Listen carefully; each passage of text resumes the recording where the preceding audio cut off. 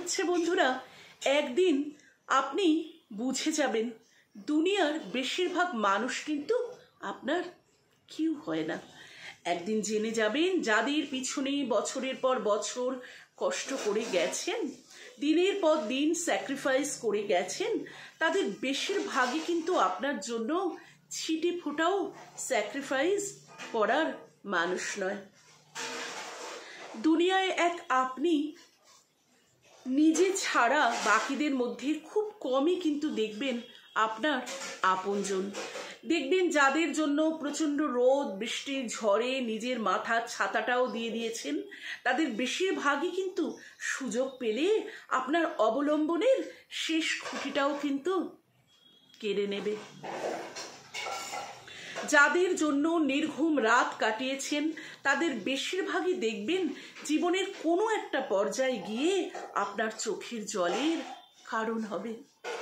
মানুষ এই পৃথিবীতে সবচেয়ে হিংস্র ও ভয়ানক প্রাণী। যে প্রাণীগুলোকে আমরা হিংস্র বলে জানি, কখনো যারা স্বজাতির তারা কিন্তু কখনো স্বজাতির ক্ষতি করে না। একমাত্র মানুষই স্বজাতি, এমনকি নিজের উপকারীরও ক্ষতি করতে দ্বিতীয়বার কিন্তু ভাবে না। মানুষ হয়ে বাঁচতে চাইলে মানুষ চিনতে হয় সকলের আগে। এই যে দিনের পর দিন বছরের পর বছর কিছু মানুষের জন্য আমরা সব সুখ বিসর্জন দিয়ে দিই, কিন্তু আপনার বিপদে ওরা কি কখনো পাশে দাঁড়িয়েছে? আপনার মন খারাপ হলে ওদের আদৌ কি কিছু এসে যায়? ওদের মনের মতো করে না চললে আপনার খেয়ে আপনারই পড়ে ওদের কাছে আশ্রয় মিলে কি আপনার?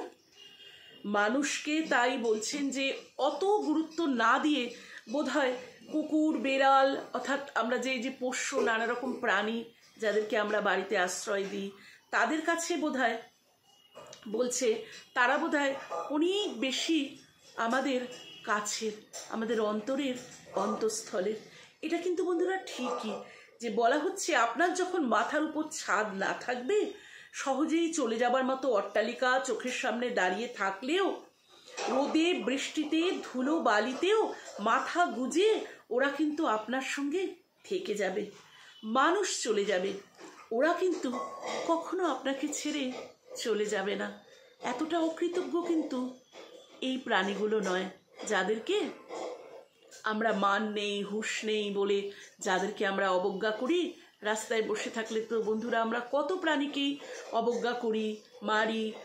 বাড়ির দুয়ারে এসে পড়লে অনেকেই হ্যাট করে কুকুর বেড়ালকে তাড়িয়ে দেন।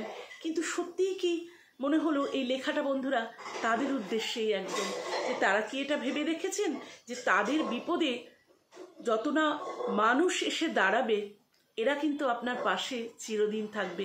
সব মানুষই যে এমন হয় তা নয় বন্ধুরা, তবুও এটা কিন্তু সত্যি যে বেশিরভাগ মানুষই কিন্তু আপনি যে তার জন্য করেছেন বা আপনি যে উপকার যতটুকু করেছেন, আপনার বিপদের সময় কিন্তু সত্যি বন্ধুরা আমরা সেই মানুষগুলোকে দেখতে পাই না। তারা কিন্তু ধরা ছোঁয়ার বাইরে চলে যেতেই চেষ্টা করে। আর দেখবেন যে আপনার যখন দরকার তখন এরকম অনেক মানুষই আপনি পাবেন যারা অজুহাত দিয়ে কেটে পড়ার চেষ্টা করবে। প্রথম লেখাটুকু সংগৃহীত, পরের লেখাটা আমি নিজের ব্যক্তিগত উপলব্ধি একটু শেয়ার করলাম, পরের যে অংশটা পাঠ করলাম। তো আমারও মনে হয় সত্যিই বন্ধুরা যে ওরা হয়তো বোবা, ওরা হয়তো কথা বলতে পারে না এই প্রাণীগুলো, কিন্তু এরা কিন্তু সত্যিই আমাদেরকে কিন্তু বন্ধুরা নিঃস্বার্থভাবে ভালোবাসে, প্রাণ দিয়ে ভালোবাসে, যেটা কিন্তু সত্যি মানুষের কাছ থেকে আশা করা বড্ড কঠিন। মানে সত্যি এটা হয় না। দেখবেন আপনি যাদের বাড়িতে পোষ্য আছে, আপনি এলে তাদের যে অভ্যর্থনা, সেটা কি আপনি কখনো বন্ধুরা মানুষের কাছ থেকে পেয়েছেন? এমন অভ্যর্থনা, এমন নিঃস্বার্থ ভালোবাসা, ওরা কিন্তু কিছুই চায় না। ওরা কিন্তু শুধু আপনার কাছ থেকে একটু ভালোবাসা চায়। আর বিশেষ করে এ প্রসঙ্গে সব থেকে প্রভুভক্ত প্রাণী কুকুর সম্পর্কে তো বন্ধুরা আমরা আরও বেশি করেই এই কথাটি বলতে পারি যে তারা কিন্তু কিচ্ছু চায় না। তারা শুধু চায় আপনি তাকে একটু ভালোবাসুন, একটু মাথায় হাত বুলিয়ে আদর করুন। তার বিনিময়ে তারা যে কতটা দিতে পারবে সেটা বোধহয় যারা এই প্রাণীগুলোকে একদম কাছ থেকে দেখেছে, যাদের বাড়িতে পোষ্য আছে, তারা তো আরও ভালো করে বুঝতে পারবেন। সত্যিই তাই বন্ধুরা, মানুষের থেকে দিনে দিনে এই মনুষ্যত্ব অনেকটা হারিয়ে যাচ্ছে। বেশিরভাগ মানুষই কিন্তু বিপদের সময় পাশে এসেও দাঁড়ায় না, হয়তো একটা ফোন করেও খোঁজ নেয় না। একেবারেই ব্যক্তিগত উপলব্ধি একটু আপনাদের সাথে শেয়ার করলাম। আর ওই যে বললাম প্রথম অংশটা সংগৃহীত লেখা, মনে হলো যে সত্যি এটা কিন্তু কোথাও আমাদের অনেকের চিন্তা ভাবনার সাথেই মিলে যাবে, তাই না? তো যাই হোক বন্ধুরা, যে যেখানে আছো খুব ভালো থেকো। ঈশ্বর তোমাদেরকে মঙ্গল করুন।